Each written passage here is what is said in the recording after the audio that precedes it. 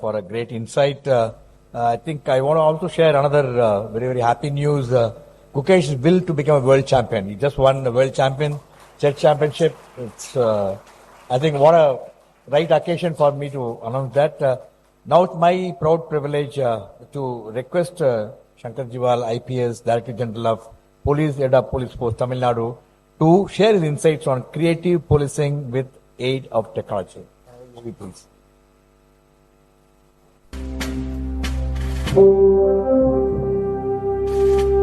Mr. Shankar Jiwal, IPS, a 1990 batch officer of the Tamil Nadu cadre, hails from Almora, Uttarakhand.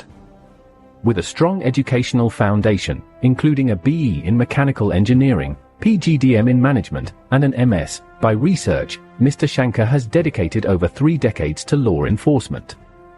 Starting as an assistant superintendent of police in 1993, he rose through the ranks, serving as IGP for Intelligence, Special Task Force, and Internal Security, before being appointed Commissioner of Police for Greater Chennai in 2021.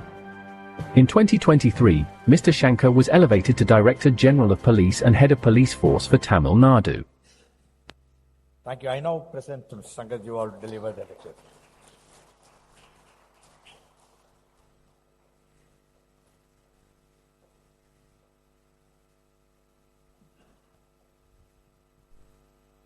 Honorable Justice through P.B. Balaji, through S.K. Swamy here, through Ramesh Narayana, others on the dais, and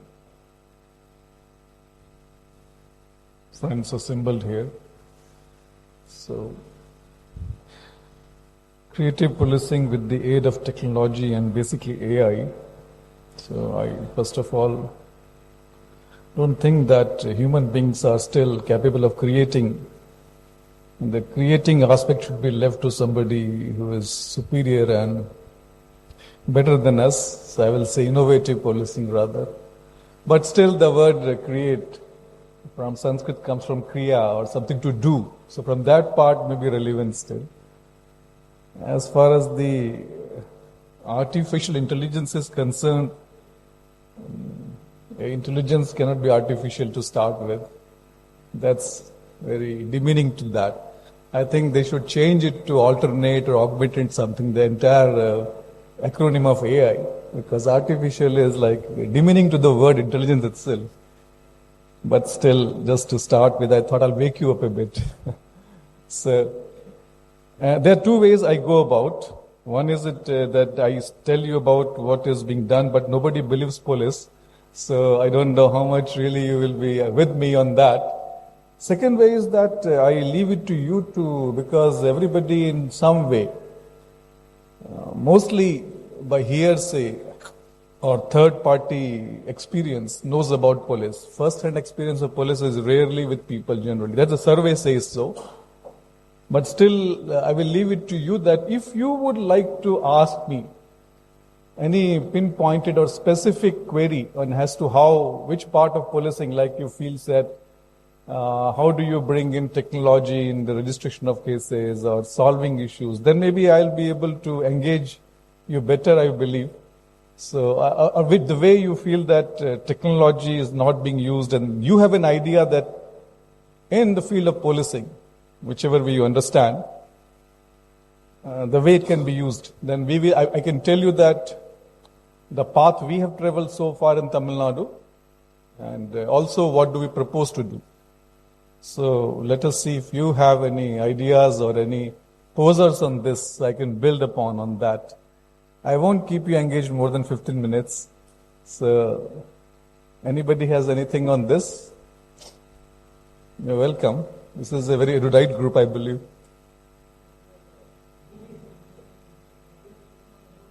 Yeah, anything. But yeah, okay, no problem.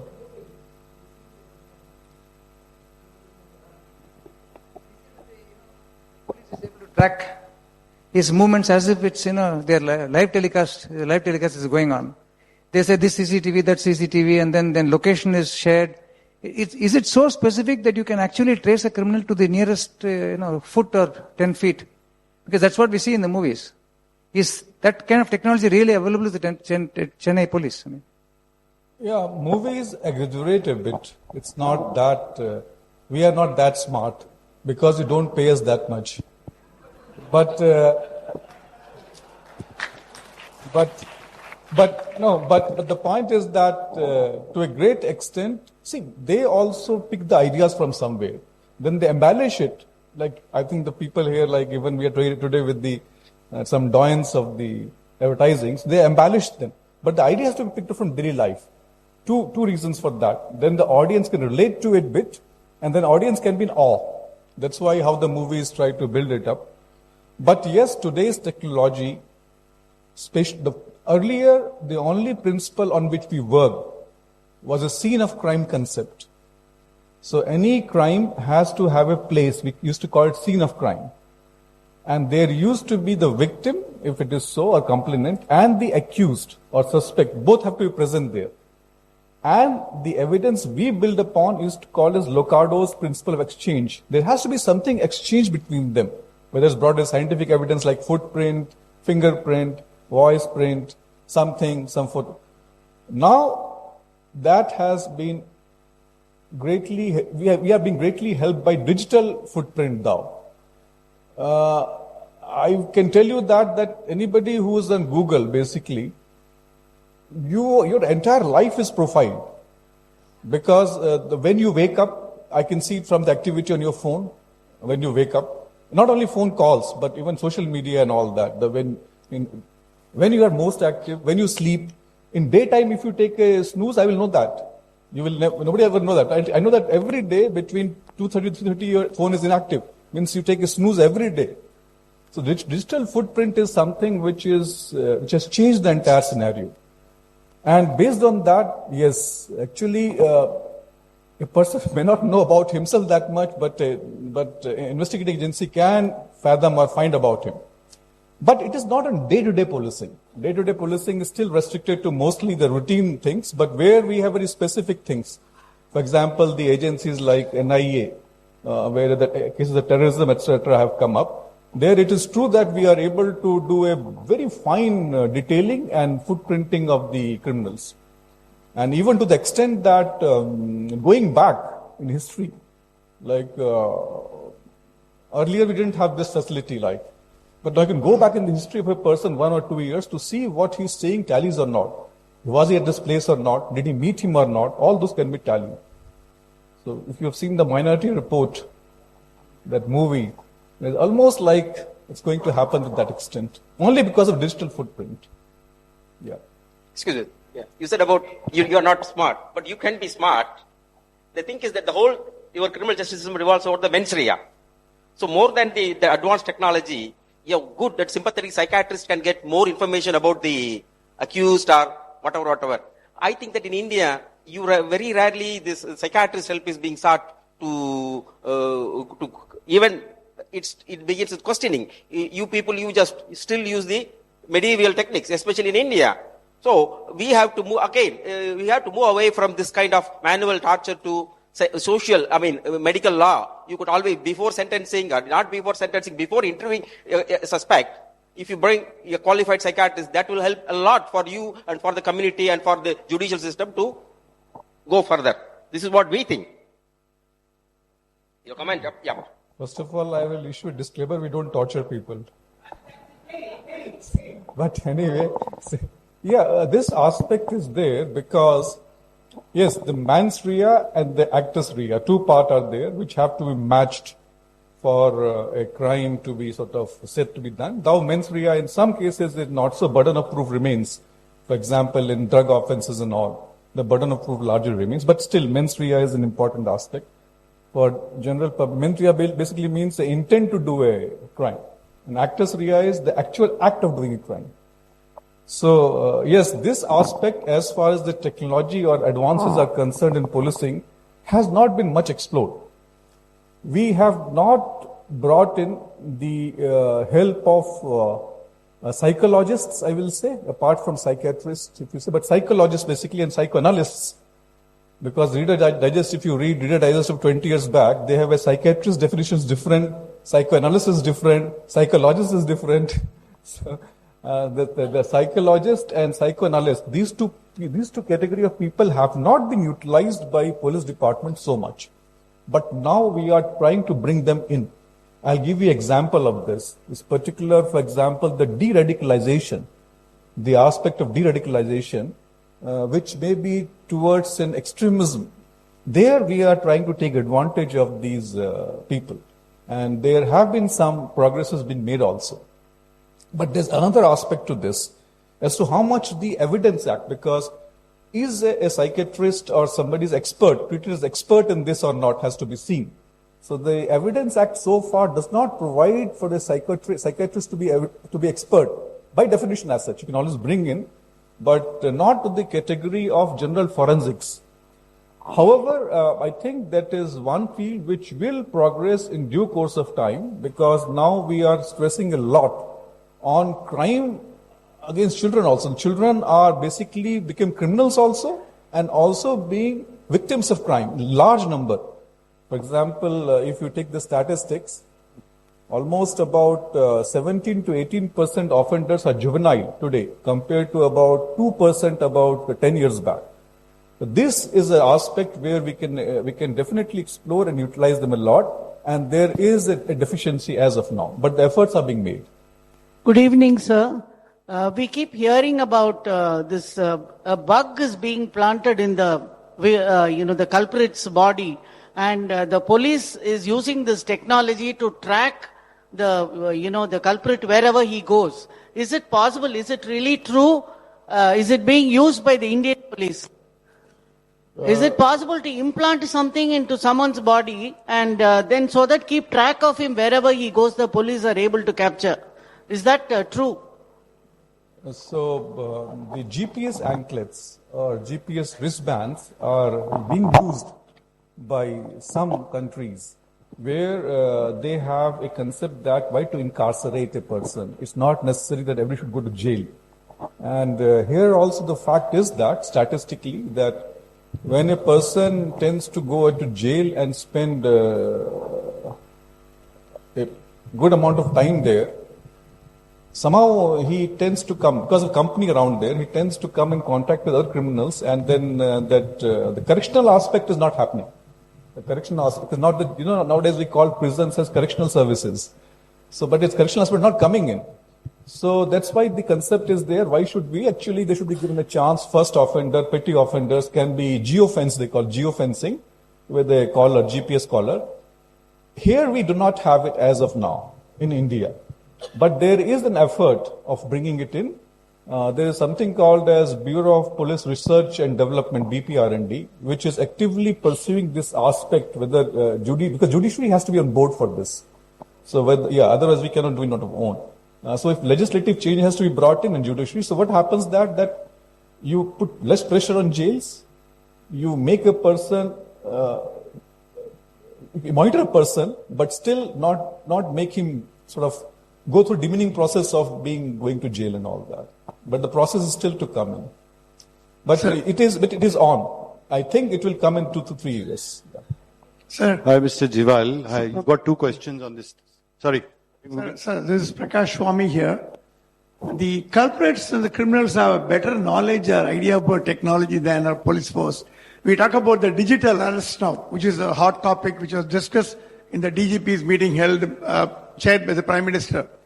They are targeting the common people in the form of digital arrest and swindling money from the bank accounts.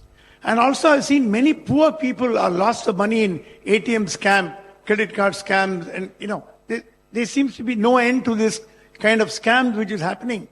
And we are the ultimate, of course, the police are taking swift action, closing the bank account. I mean, we are appreciative of the great job done by the police.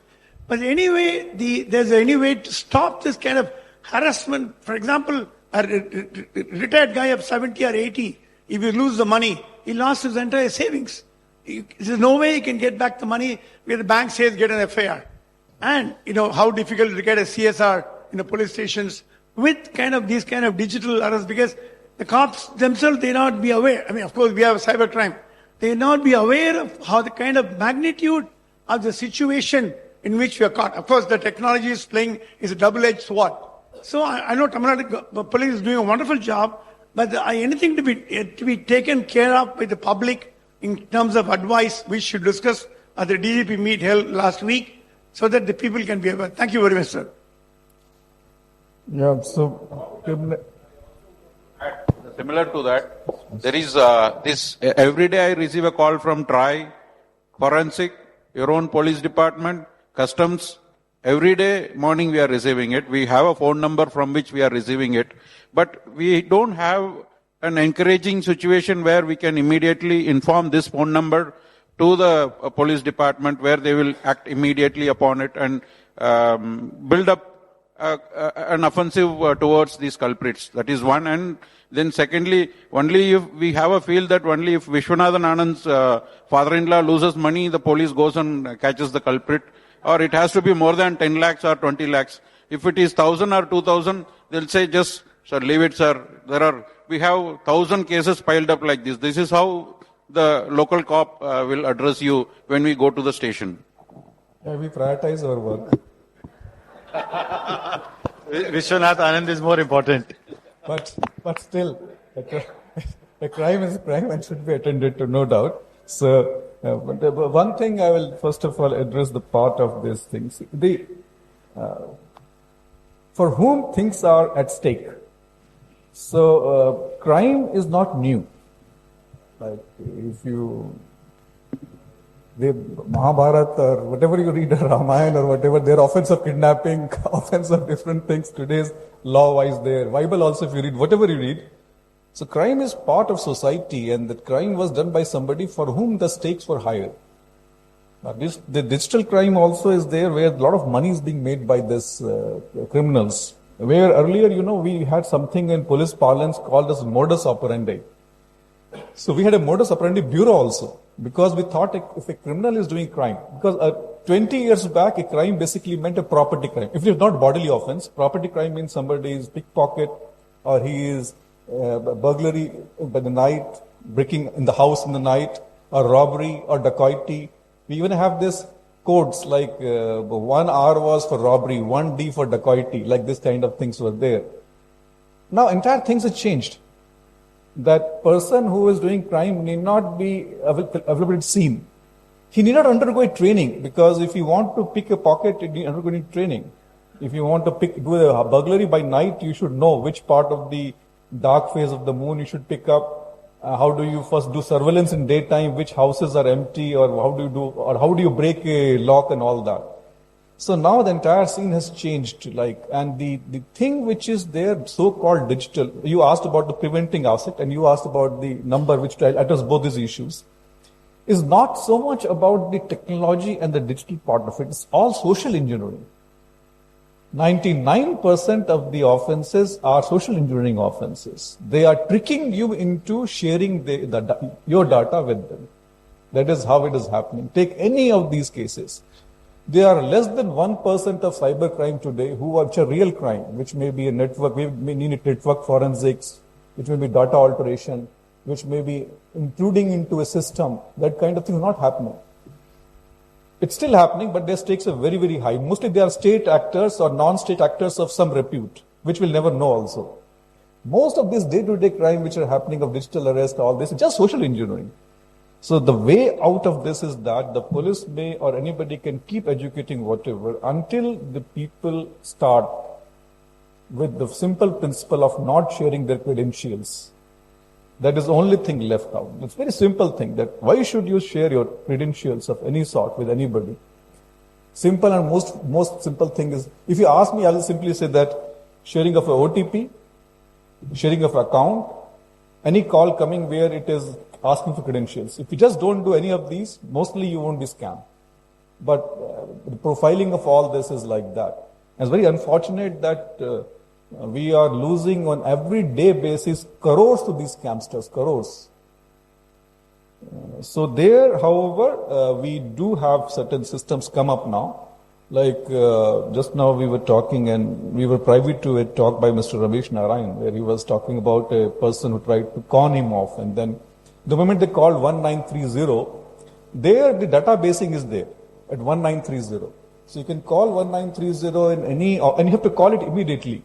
Because the way the offenses happen is that they use mule accounts and mule SIM cards. So these mule accounts basically means their KYC will not lead anywhere. And they layer the money within about an hour or two. Like if they have made you deposit 1 crore from your account to their account, and within about 1 hour, that money will be distributed into 10 accounts, and those 10 accounts will further 100 accounts in 1 or 2 hours. The way we work is that we ask the first bank, give us details. By the time the first bank gives and then 100 bank gives, it may be 2 or 3 days. Money is gone. So immediately call 1930 because they will know that this number is, they'll block it. They will do the first freezing of the accounts. So all the bank's nodal agents are there with the 1930 control room, and they immediately freeze the channel money. This is how we go about it. 1930 is the only way out as of now. But what you said, social engineering part, if we don't do these three, mostly we can do away with the scamming part. So I will take one more question because I said 15 minutes. I don't want to hold you more. Yeah, please.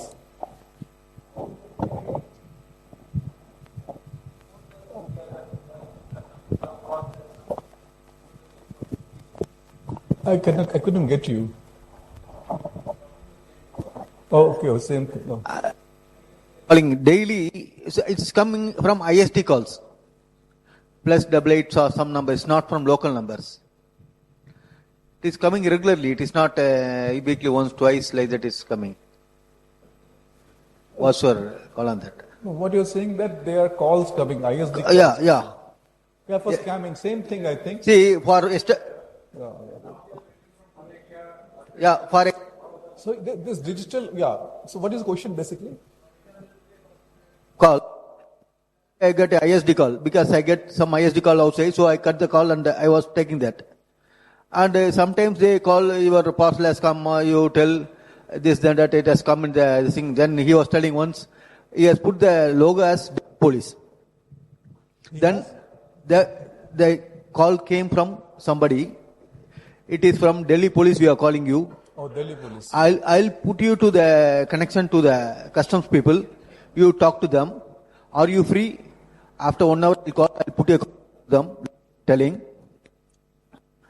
After some complaint, same number, he was putting as a Delhi police logo. After some time, it was some normal number and it's not taking the number. That's what I'm saying, that yes, they will use this call spoofers, spoofing numbers, and this is a very known modus operandi. And those three things, if you follow, don't share your credentials and all that. No, see, if any agency has to prosecute for anything, let them come. You call them back. You ask for their number. One thing which many people numbers have to report to 1930. Many people believe that okay, if the number is right, then what? So there is something called as spoofing number, call spoofing also. So by technology, I can put your number as a caller number. So when a person receives a call, he may see that number. In that case, you can always say that I'll call back. Because call back will go to original only. It will not go to beg this fellow. Generally, otherwise you're right. They're calling from this 9 to Pakistan or whatever the numbers, ISD numbers. But when you call spoofing also, call spoofing can be like, for example, let us say DGP's office. So we have a trunking system where a PRI line works, which is 30 lines.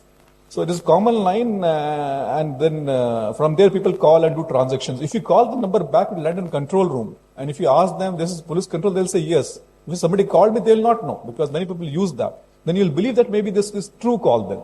So don't believe that, because call spoofing sometimes can have this also. Point is simple, that don't share credentials, especially OTP and all that. And they will ask, they may have a lot of details, because you must understand that unfortunately by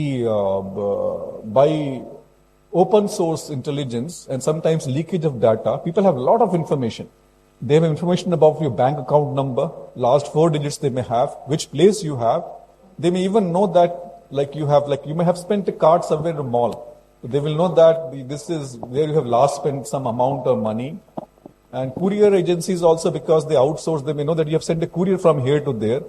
So these scamsters may have access to information which may make you feel as if there's a genuine guy behind it. But I'll simply say that just tell them that we'll call you back. And then most probably report to the local police station or 1930. Otherwise, I have seen one particular case of so-called digital arrest where a person has lost 6.8 crore over about 3 or 4 days.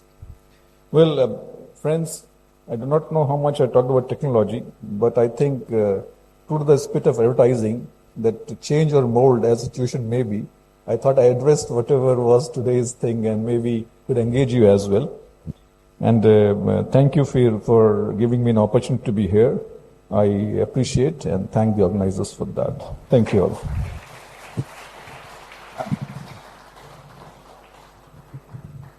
Thank you, sir. Maybe, Mr. Swamy, we can take 1 or 2 questions. Yeah,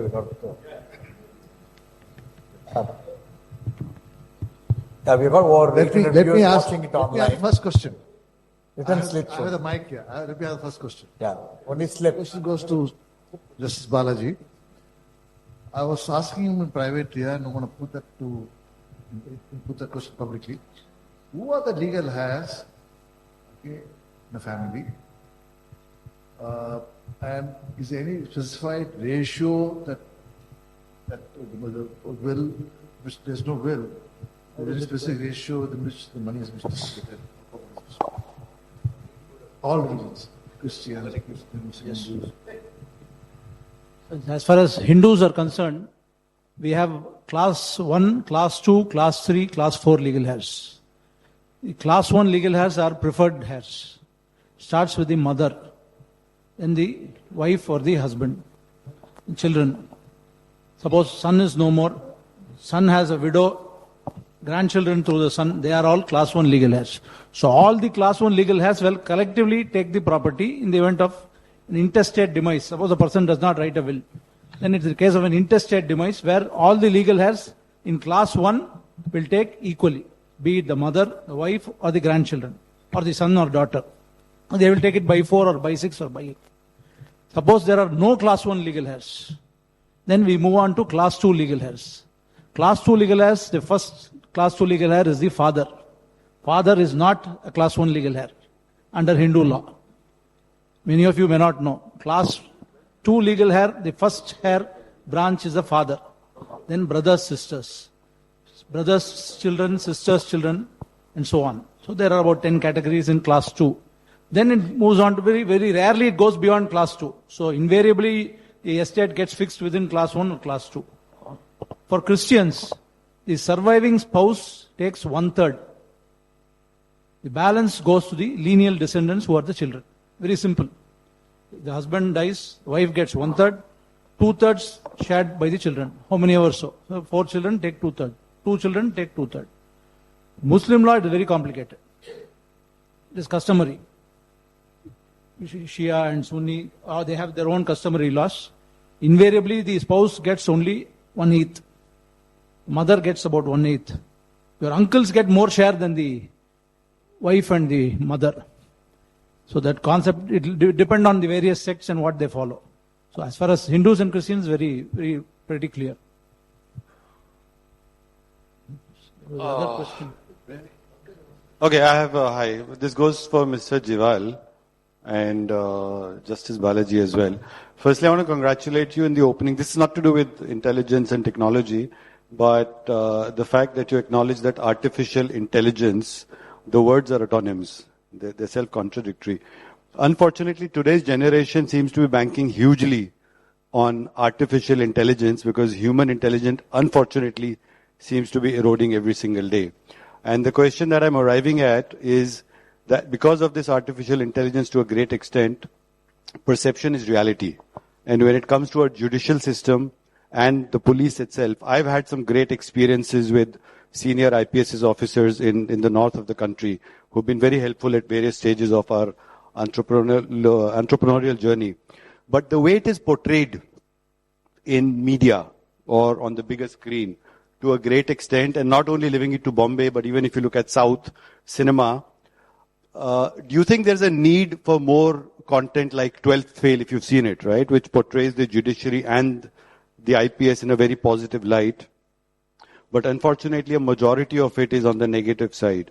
So do you think, being part of the system, there could be more active efforts towards, for want of a better term, towards lobbying with people who can influence young minds to come out with more content which is more positive about our systems, about our judiciary, about our cops, about everything, right? So that's a comment and a question as well. Though it is not your jurisdiction, but some kind of an effort that you're here for a good day, for a good cause today, maybe you could make a change on that side as well. Yeah, that's right.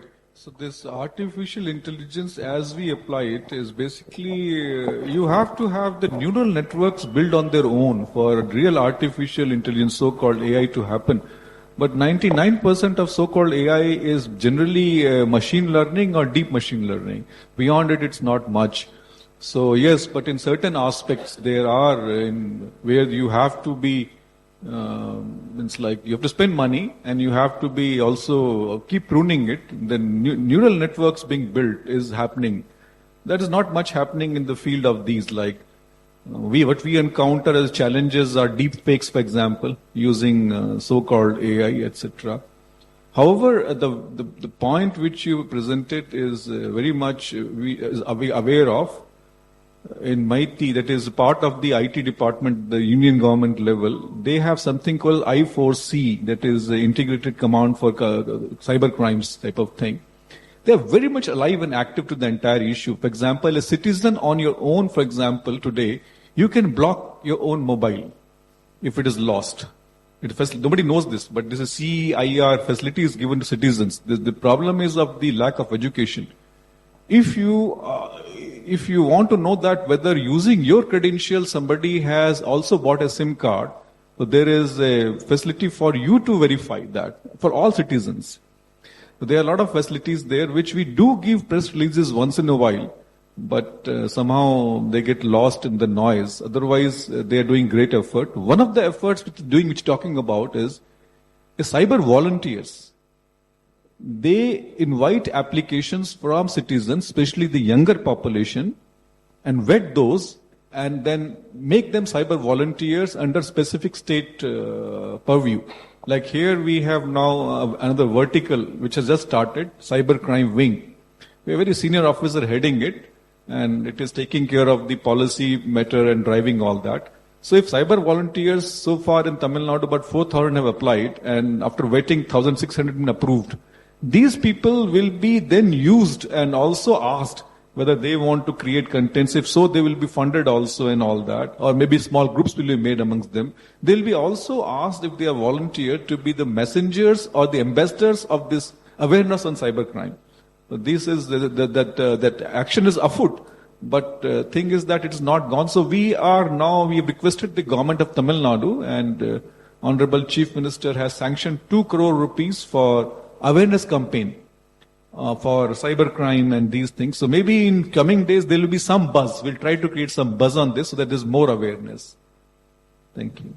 Sir, to Justice Balaji, sir, we in the world of media, advertising and marketing, we are grappling with the digital transformation, and every day we are running behind, chasing the new technology to learn and exploit it in our practices. So it has resulted in creation of AI news anchor or AI chatbots, AI sales executives like this. But judiciary is having a deep issue of the pending cases, which is in millions, and that too at the civil courts, it is very huge. Do you foresee our Indian judiciary utilizing AI, where through machine learning we will upload all this civil procedure code and the case laws, precedents, all that can be loaded at the junior level to disseminate? Instead of involving human magistrates, can we foresee a day where AI magistrate will disseminate the lower level cases? AI can never replace judges, sir, because it requires the human element and the heart. In fact, I recently spoke in a function also. Suppose take a case of a child custody. The human values are more important. You cannot infuse human value into artificial intelligence. So ultimately, it is the man, the mind and the brain which can take a proper decision in the given facts. The Supreme Court has started using AI, as you said, for bringing together common cases which are related cases so that you can reduce the backlog. And it is slowly trickling down to the high courts, and it will also go down to the lowest district magistrate courts as well. So at the stage of administration, yes, but not for deciding cases. I have one interesting question regarding testamentary capacity. It's a very actually good question. Question is whether, considering the longevity, whether 80 and 90 years can still be testamentary capacity. Yes, it's a very good question because...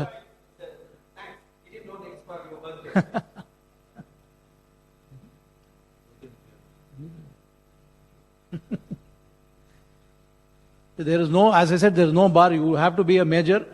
Even at the age of 99, you can write a will. The only condition is your mind must follow your pen. You must know what you are doing. That is why the witness's role is very crucial. They must tell the court, tell the judge that yes, this man was 99 years old. He was sitting in his office chair. He read the will. He knew what he was doing. So therefore, age is not a bar. Testamentary capacity will have to be proved. That is very basic ingredient.